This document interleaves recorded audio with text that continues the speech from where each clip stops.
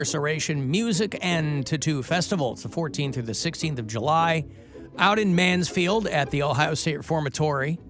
Limp Bizkit is your Friday night headliner. Pantera will headline Saturday, and then Slipknot, your Sunday night headliner there. But the lineup is fantastic, as it is every year. So it's Megadeth and Volbeat and Lamb of God in this moment. Incarceration.com for the details.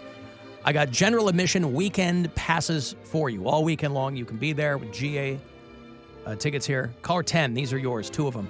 216-578-1007 or 800-348-1007. Pro tip, if a cop pulls you over and they hear you listening to this, they're probably just going to let you go. Because, you know, they figured you suffered enough. The Alan Cox Show. On 100.7 WMMS. Great local band called Frail. Don't miss them. Played them on 2 Hours to Midnight a few weeks back. We are back this Saturday night, by the way, if you haven't joined us yet. If you're a metal fan and you're not hip to our new metal show here, it is called 2 Hours to Midnight. And I'm your host, along with Corey Roddick and Pat Butler. And we were preempted by Guardians baseball last Saturday, but we're back this Saturday night, 10 o'clock. It's brand new metal for you. A lot of classic stuff that we dig. Local music. I got a handful of local bands this Saturday night. Slow Wake, a band called Let Them Divide, a band called Terra Noct, One Life, All In, all four local bands. So they'll be in the mix this Saturday night from 10 to midnight. Anything you want to submit, a request, or your band, whatever, you can shoot me an email to htm@wmms.com. Corey Taylor, by the way, speaking of Slipknot, he has said that they are going to go out next year and do shows to commemorate the 25th anniversary of their debut album. It'll be 25 years. And again, Slipknot is a band where every 9 months they're like, yeah, this is it. You know, Corey Taylor's got a lot of different irons in the fire. And there's a lot of attrition in that band between deaths and people bailing out and whatever. But their debut album was 1999, so 25 years old next year, and they are planning on doing a big tour, a world tour. So if you're a Slipknot fan, you're a Corey Taylor fan, see what happens there. Here in Ohio, of course, they are laser focused on the really important stuff. Never let it be said, the people in charge of things here in the Buckeye State do not have their eye on the ball. There are a couple of legislators down in Columbus who want to see to it that July 1 is Taylor Swift Day in Ohio. Once they rename Columbus Flavortown, then we can talk about Taylor Swift Day. But until Columbus has its proper name, I don't want to hear any business about Taylor Swift Day. Yeah, where is that on the docket? Right? Where's the Flavortown proclamation?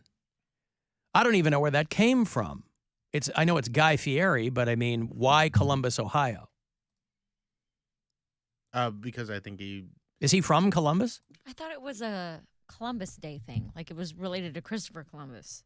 It might be. That's what I mean. I don't know where it came from. Like he is from Columbus. Yeah. Guy Fieri is Maybe from not. Columbus. So it makes all the sense in the world to call it Flavortown. Flavortown, Ohio. I would be so excited to be like, oh, I got shows in Flavortown Friday and Saturday. That would be awesome. Come see Bill Squire in Flavortown. For a while, there would be that transitional period where it would be Flavortown, formerly Columbus, Ohio. But, you know, Columbus makes a big show, as well they should. You know, Columbus is the hot city in Ohio. It's where all of the, people get out of college. They get jobs in Columbus. Get into college. Or whatever. Yeah, I mean, that's the big metro area right now. And there are businesses. You know, I think Intel is building that chip factory down there or whatever. Boy, won't that be delicious. But to call it Flavortown would be fantastic. Because all those companies would have to announce, we're breaking ground on a $4 billion plant in Flavortown. Amazing. Yeah. I don't mind the world becoming just one real meme. But until that day, some legislators, because everything else in Ohio is solved. All the problems are solved, big and small. Alan, see me after the show. I'm sorry? Well, I've just been handed a note. Oh, they are not. They are very much not. Oh, some boy, real big ones are was a big I problem. misinformed? Well, the big ones are hard. Designating July 1 as Taylor Swift Day in Ohio, not hard. Some people might be hard over it, I don't know. But it's a bipartisan effort. Boy, they really can come together on things that are important, right? It's got to be like, or like a congressman or something is tired of his kids screaming about stuff at home. So he's like, I'll go to work and see what I can do. Because Taylor Swift, of course, is a global phenomenon. We just sent a couple of people to the show in Pittsburgh. We heard anything back from them about their trips? Have not. Ungrateful. No. Nope. Most of the commentary I heard was about my daughter acting as the judge. She was very good. Yeah, she's pretty good.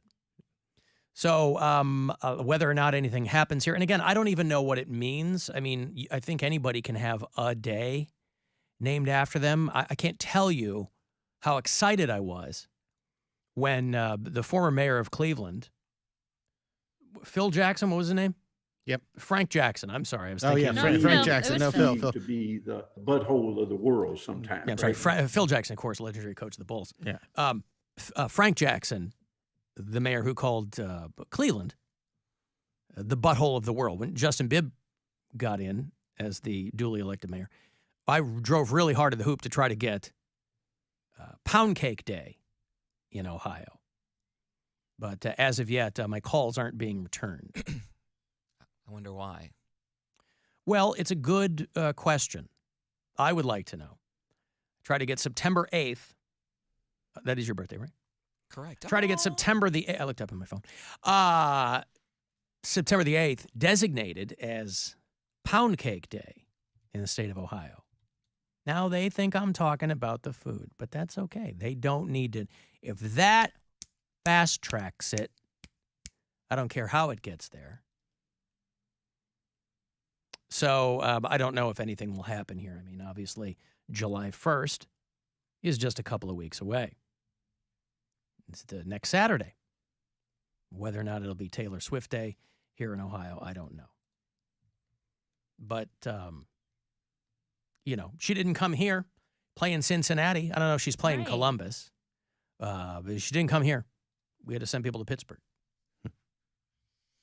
Alan, oh my goodness. I cannot believe you had your daughter judge men in dresses. You know, they're trying to ban that kind of stuff. Men are supposed to judge little children. That's the way this goes. That is America. I see what he's doing there. He's right. Yeah, I was kind of bummed we didn't have one protester. I thought there'd be somebody out there be complaining that we had men in drag out here. But that didn't happen. And I think it's because they were all straight guys, right? That stuff gets shrugged off when it's straight guys. That's just a straight guy in a dress. That's just a laugh. Like, look at that guy. A gay guy in a dress, that is somehow groomer pornography, and the place should be burned down. But again, just for those of you keeping score at home, it's still not drag queens doing things to your children. It's not drag queens. It has never been drag queens. I was reading about this Christian missionary who got 30 years in prison for giving a preschooler an STD. It's still not drag queens, and it never has been. It's guys like Jordan Webb, who's getting decades in prison for sexual abuse, for giving a child gonorrhea. Wow. So still, just let me check my notes, not drag queens. Ever, ever, ever, ever. I got a letter from Matt. Where is this? Al, I'm a little bit behind. You were talking about people cleaning up dead birds because they're flying into windows. Maybe it was last week. There was an organization like the Downtown Cleveland Bird Alliance or something. They're trying to draw attention to the fact that Cleveland leads the entire state in birds being killed by hitting high-rise windows. And so I guess so this organization literally kind of scours the streets near these high-rises and scoops up. I mean, I don't think they're dressing as window washers and trying to get them before the fact. They're down on the ground and scooping up birds, looking for birds that might have hit and are just wounded. I rescued a bird this past weekend. Oh, yeah? You're a bird hero? I'll tell you what, nothing will make you feel more in touch with nature than when you rescue a bird. They're bird mechanics. And I'm a bird mechanic. They're not real. They're all drones. But I was doing something in the backyard, and we have these giant raspberry bushes that my wife has put bird netting around, which is supposed to, I assume, I don't know if they're scented in a way that's supposed to keep birds away. I think it's just supposed to be a physical barrier of sorts so the birds don't eat all your berries. Well, I go out there to get my lawnmower out of the shed, and there's a tiny bird. I don't know if it was a grackle. I'm no ornithologist, so I don't know what it was. But it was caught up in the netting. And it was just kind of flopping there. First, I thought it was dead. I was like, oh, this sucks. And my dog's sniffing around. But again, my dog is not a, like, coming in with a bird in her mouth. She's not that kind of dog. So I put on my work gloves, and I grab this bird, and it's trying to bite me, obviously. But I hear it talking to another bird in a tree. They're chirping back and forth to each other. So this one is clearly supposed to be with his pal, but he's caught in the aptly titled bird net. To the best of my knowledge, this is not to catch birds. It's to repel birds. This bird got caught up. So I thought maybe I would just get to pull this bird out, a tiny little bird. And I'm not even quite sure how you're supposed to hold a bird. So Not too hard, not too soft. yeah, I did what I think you're supposed to do. I held it by the head, thumb and forefinger on each eye. That's how you do it, right? Mhm. Squeeze. That's great. No, I didn't do that. So I put my hand like around its, it's not a thorax, around its torso, I guess, right? And it's trying to bite me. That's why I'm wearing the gloves, because I know that's going to happen. And it's really caught up in this net. So it's not like I can just pull it out because it's wrapped around its feet and its beak, and it's getting, the more that this little bird kind of thrashes, the more I'm worried it's going to get tangled. So I grab my pruning shears from the shed. I'm going to cut the net off. Now we're in a more surgical area here. I'm like, well, I definitely don't want to clip a wing, because then you're really screwed. Right. If you free the bird and he can't fly, you It's haven't dead done it anyway, any, yeah. Yep. You haven't done it any favors. So the thing's trying to it's snapping at me the whole time. Obviously, it doesn't know what I'm doing. And then I'm like, this is a two-person job. Gwen was gone. She gets home at just the right time. I said, you got to help me with this. So I hold the bird. She cuts the bird, and I let it go. And it kind of flops a little bit and flies up enough to get on the fence, and it reunites with its pal. And I think I've done a good thing. I've never rescued a bird before. It was real hands-on. But the thing keeps coming back. It keeps coming back to the scene of the crime. Father? I'm like, man, I'm like, this is not what I had planned. You're bird dad. Maybe I'm Aw. bird dad now. Sure. It has your scent. Yeah, maybe so. But I've seen it on the top of the fence. I've seen it still trying to go for the raspberries. We took the bird netting down. So I guess we'll get what we get. Anyway, I digress. I don't want to I don't want to toot my own horn here on the subject of bird rescue. If I'm nothing if not humble. But Matt says you were talking about those people cleaning up the dead birds. I was with my ex in her kitchen one day, his ex. And she was sitting at the island, and out of nowhere, I hear a noise. And I said, what was that noise? And she said, I think a bird flew into the window. But I noticed that she looked really guilty. And a bit later, she said she didn't want to admit to it, but the noise was that she had farted. That's quick thinking. You go, I think a bird flew into a window, because usually that's not the sound of a bird hitting the window. I thought a volcano was erupting. That was the first time either of us had ever farted in front of one another. And now, anytime people ask what that noise was, or if somebody farts, I say, oh, a bird hit the window. Jesus, did you fart? No, bird hit the window. Bird No, hit the no. window. Yeah. When Brian and I were in Arizona last year, we were woken up. Awakened, by- sure. awakened. Awakened Either by a one. fart? Yep. No, by a huge slam. And then we went out into the living room, and there was a bird imprint on the window. Wow. This thing hit the window so hard that it left an imprint. I think I might still have a video of it, because it was, I don't know, 6 a.m. We're like, what the hell was that? 6 a.m. We go out there, there's an imprint hurt little bird flopping around on the ground. I'm like, what are we supposed to do? He's like, I don't know, don't touch it. So Now, we did just you- left it. Oh, so you're not into rescuing birds like I am? No, because it Oh. wasn't like a baby bird. It wasn't caught. It had like a broken wing. There's nothing. What are we gonna do? Take it to a vet? Call up Mr. Mister. I don't know what that is. Doesn't matter. Okay, so it's flopping around, and what do? Put it in a Ziploc? And No, we left it. Oh, boy. We figured it's on its gonna- way out. Yeah, Yeah. a fox will get it or something. Yeah. I got to tell you, I was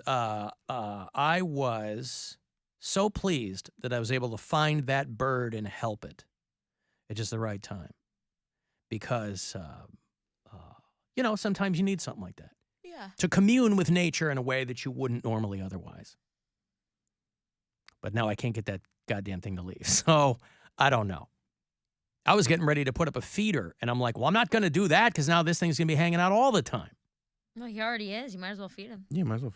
Well, I mean, and And that's then the you other... then you get to look at squirrels too that are just using the bird feeder like their own personal little Right. kitchen. But that's the other thing, too, is they tell you, wasn't there a guy a couple of weeks ago that thought he was saving a sea lion or something? And they arrested him?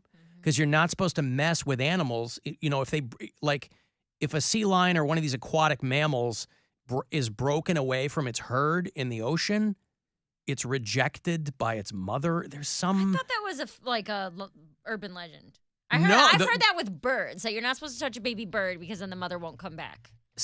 No, what was it? This guy was arrested. A guy who was arrested because he tried to help an animal that had been beached rather than just leaving it there, which is what you're supposed to do. I don't know if there are signs or what there are, what are there. But they're like, people are constantly trying to mess with nature. Like they're trying to help an animal that's hurt, putting it in their car, taking it to the ranger service, and the rangers will be like, just let nature do its thing. So there was a thing in my brain where I was like, but again, this was not a deer in the national park. This was not a beached seal. It was a bird that was caught in a net that we put up. So, but, by and large, people are so disconnected from nature that they you can't blame them. They think they're doing something nice. Let me grab this thing and put it back in the ocean. Because who the hell knows, who the hell knows what the herd patterns of a manatee are? Nobody knows that. Well, we're watching Our Planet 2, which just came out on Netflix, and we're learning a lot. Maybe if you educated yourself, Alan. What'd you learn so far? Well, I don't know anything about manatee. But albatross babies are ugly. I learned that. Mm-hmm. And they're giant. What else did I learn? Really? Crabs eat their young. Mm-hmm. They eat the babies. Mm-hmm. Sounds fascinating. Yeah. Well, you never know what you're going to find. With extinction, and I think it's because it's out of shape. Looks like a retired football player. Ever see the manatee on the Discovery Channel? It's always floating around like, I'm bloated. Too much pizza for me. Mm-hmm. Sea cow, fat ass. Yeah, so rescued a bird. This guy uses a bird hit a window as a euphemism for someone farting, which is great. Bird hit a window. We don't have birds hitting us here at the Showcase Studio window at 668 Euclid. They're too low. They're too low. They're not coming. There's always some thing going on. There's pigeons walking around, but there's nothing flying into our window with any regularity, which I guess is good. But rest assured, listener, if that were to happen, I would run my tiny ass out there and save it. I'd turn this friggin' room into an aviary. This brand spanking new equipment would be covered in crap. Hell yeah. Hey. I got a break.